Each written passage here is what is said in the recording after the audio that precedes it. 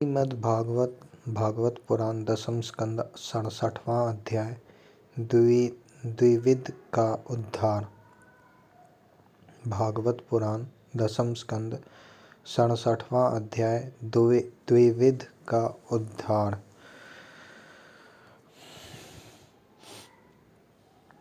राजा परीक्षित ने पूछा, भगवान बलराम जी सर्वशक्तिमान एवं सृष्टि प्रलय की सीमा से परे अनंत हैं।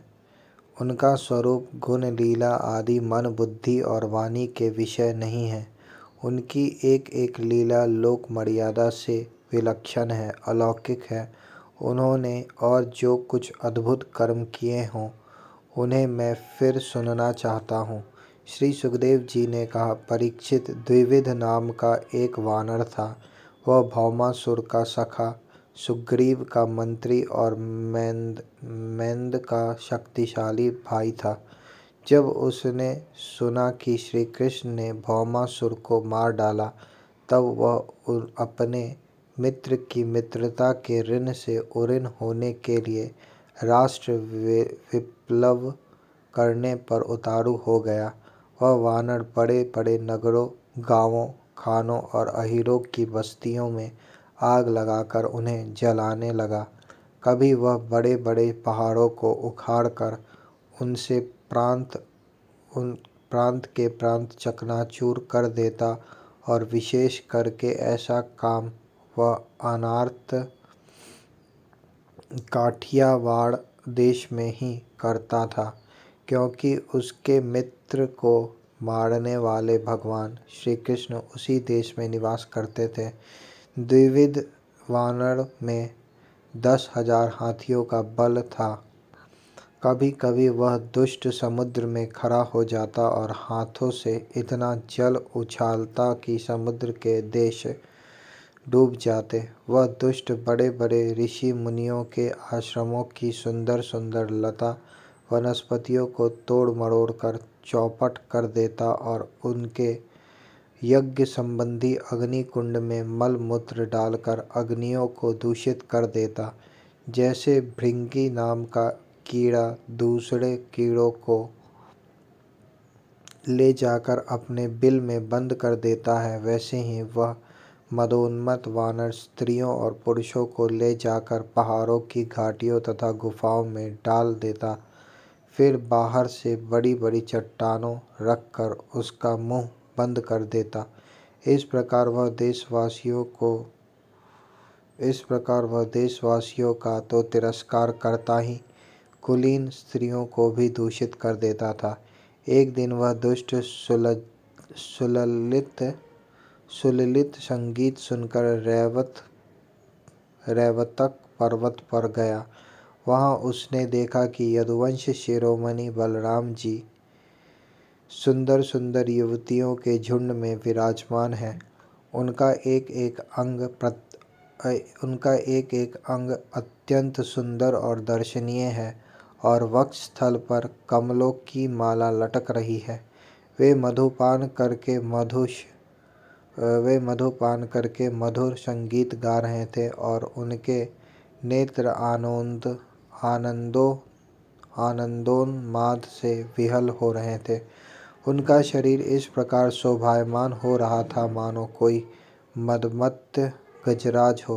वह दुष्ट वानर वृक्षों की शाखाओं पर चढ़ जाता और उन्हें झकझोर देता। कभी स्त्रियों के सामने आकर किलकारी भी मारने लगता। युवती स्त्रियां स्वभाव से ही चंचल और हास परिहास में रुचि रखने वाली होती हैं। बलराम जी की स्त्रियां उन वानर की ढिठाई देखकर हंसने लगीं। अब वह वानर भगवान बलराम जी के सामने ही उन स्त्रियों की अवहेलना करने लगा। वह उन्हें कभी अपनी गुदा दिखाता तो कभी भौहें मटकाता, फिर कभी कभी गरज तरज कर मुंह बनाता घुड़काता। वीर शिरोमणि बलराम जी उसकी यह चेष्टा देखकर क्रोधित हो गए। उन्होंने उस पर पत्थर का एक टुकड़ा फेंका, परंतु द्विविध ने उससे अपने को बचा लिया और झपट कर मधु कलश उठा लिया और बलराम जी की ओर अवहेलना करने लगा। उस धूर्त ने मधु कलश को तो फोड़ ही डाला, स्त्रियों के वस्त्र भी फाड़ डाले, और अब वह दुष्ट हंस हंस कर बलराम जी को क्रोधित करने लगा। परीक्षित जब इस प्रकार बलवान और मदोन्मत्त द्विविध बलराम जी को नीचा दिखाने तथा उनका घोर तिरस्कार करने लगा, तब उन्होंने उसकी ढिठाई देखकर और उसके द्वारा सताए हुए देशों की दुर्दशा पर विचार करके उसे शत्रु को मार डालने की इच्छा से क्रोधपूर्वक अपना हल मूसल उठाया।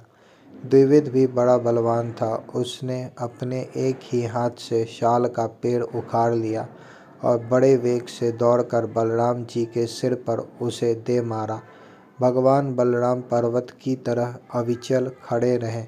उन्होंने अपने हाथ से उन वृक्षों को सिर पर गिरते गिरते पकड़ लिया और अपने सुनंद नामक मूसल से उस पर प्रहार किया। मूसल लगने से द्विविध का मस्तक फट गया और उससे खून की धारा बहने लगी। उस समय उसकी ऐसी शोभा हुई मानो किसी पर्वत से गेरू का सोता बह रहा हो। परंतु द्विविध ने अपने सिर फटने की कोई परवाह नहीं की। उसने कुपित होकर एक दूसरा वृक्ष उखाड़ा, उसे झाड़ झूड़ कर बिना पत्ते का कर दिया और फिर उसने बलराम जी पर बड़े जोर का प्रहार किया। बलराम जी ने उस वृक्ष के सैकड़ों टुकड़े कर दिए।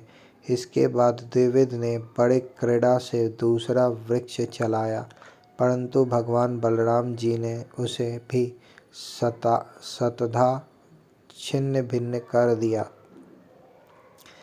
इस प्रकार वह उनसे युद्ध करता रहा। एक वृक्ष के टूट जाने पर दूसरा वृक्ष उखाड़ता और उससे प्रहार करने की चेष्टा करता। इस तरह सब ओर से वृक्ष उखाड़ कर लड़ते लड़ते उसने सारे वन को ही वृक्षहीन कर दिया। वृक्ष न रहे तब द्विविध का क्रोध और भी बढ़ गया तथा वह बहुत चिढ़कर बलराम जी के ऊपर बड़ी बड़ी चट्टानों की वर्षा करने लगा।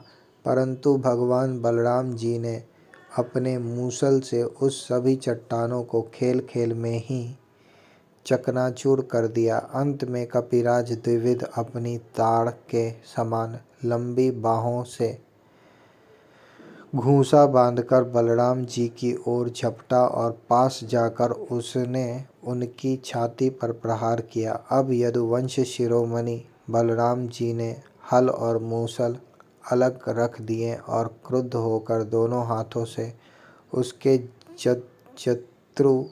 चतुस्थान हंसली पर प्रहार किया। इससे वह वानर खून उगलता हुआ धरती पर गिर पड़ा। परीक्षित, आंधी आने पर जैसे जल में डोंगी डगमगाने लगती है,